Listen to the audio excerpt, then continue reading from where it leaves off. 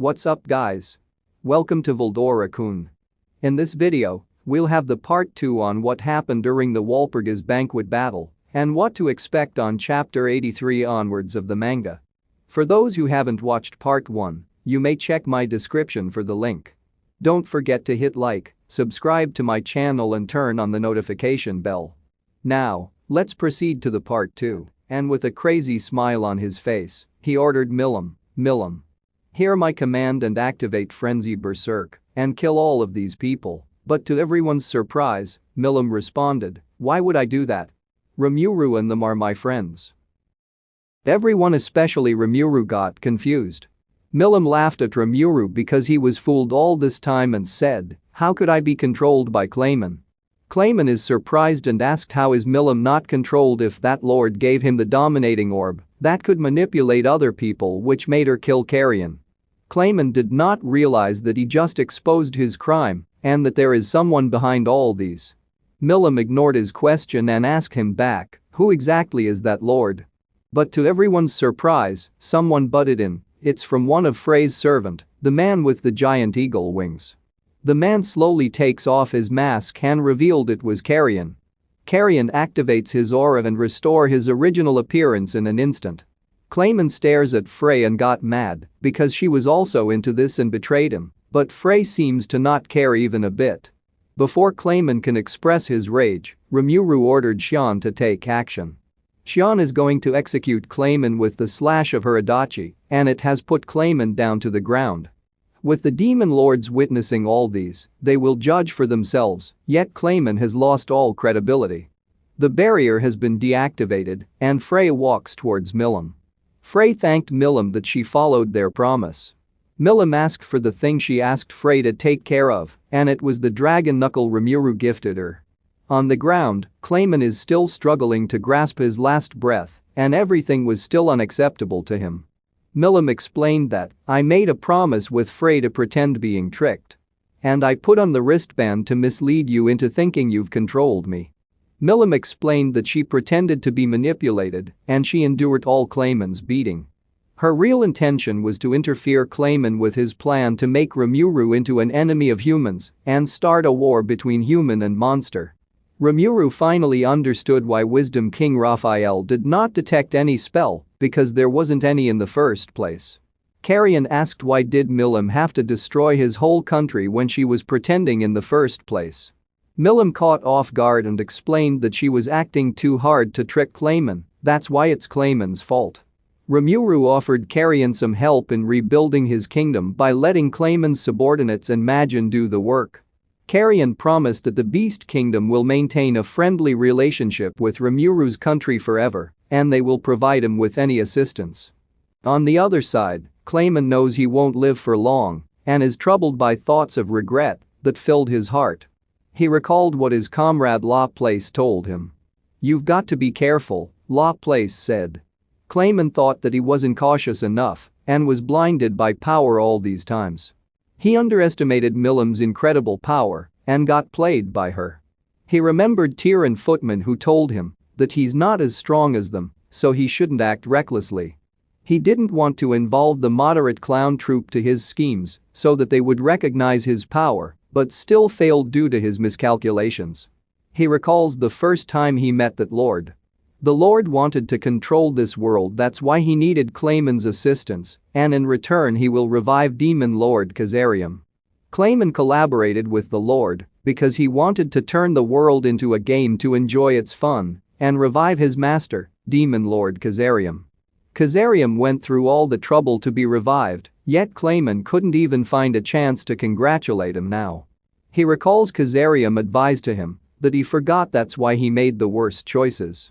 Just like Demon Lord Kazarium, he has lost to a new Demon Lord, inherited his trait of doing stupid things.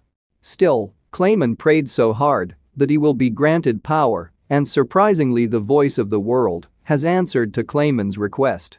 Even though Clayman has weakened to the point of not capable of making sounds, his spirit still possesses a fighting will.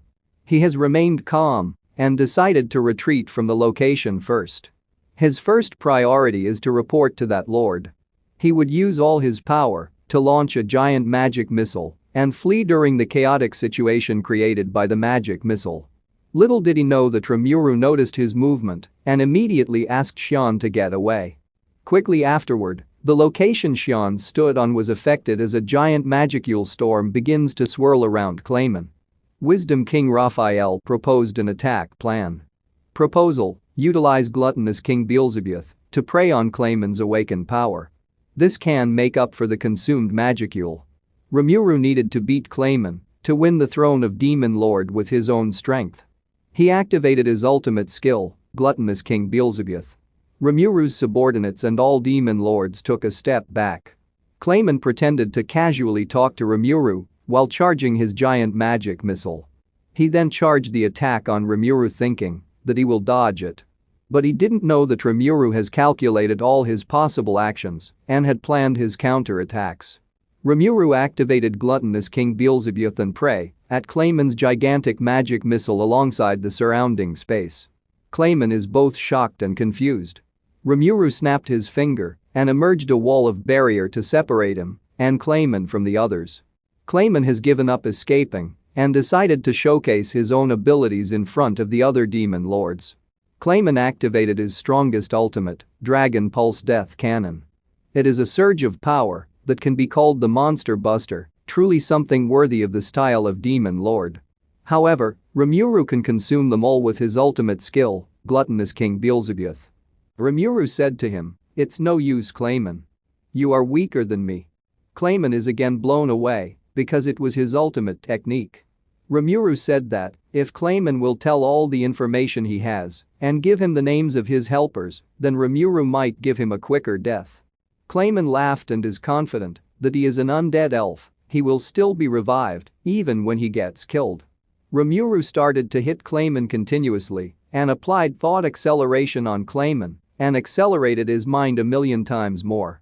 In terms of the time in the real world, it has only been a few seconds. But to Clayman, his sensation has lasted for dozens of days, filled with the taste of fear and pain of being continuously beaten by others. Clayman's hair has fallen off due to fear, his face turns to one that resembles a ghoul.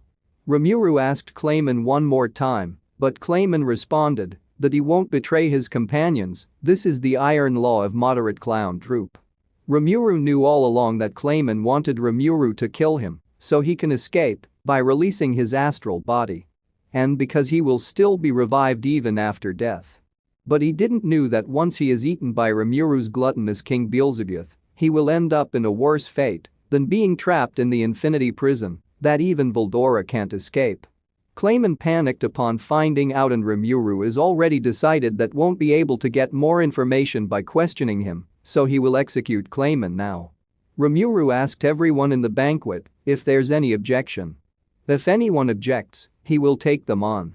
Guy responded, "Do what you wish," in behalf of everyone.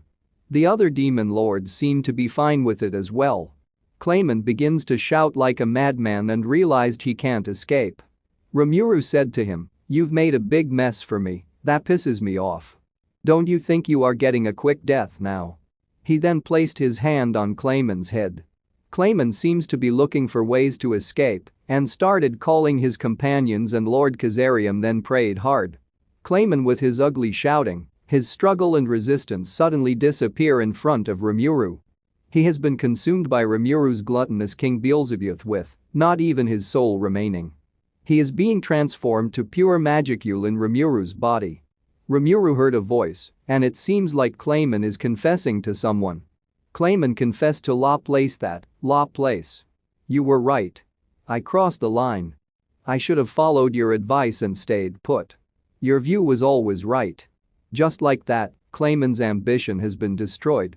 And he has become Rimuru's food. That's it for the Walpurgis battle. Thank you for watching my video. Since I love you guys, I will also make a video about what happened after this Walpurgis battle, where the demon lords decided on their plans since they are now down to 8. Stay tuned.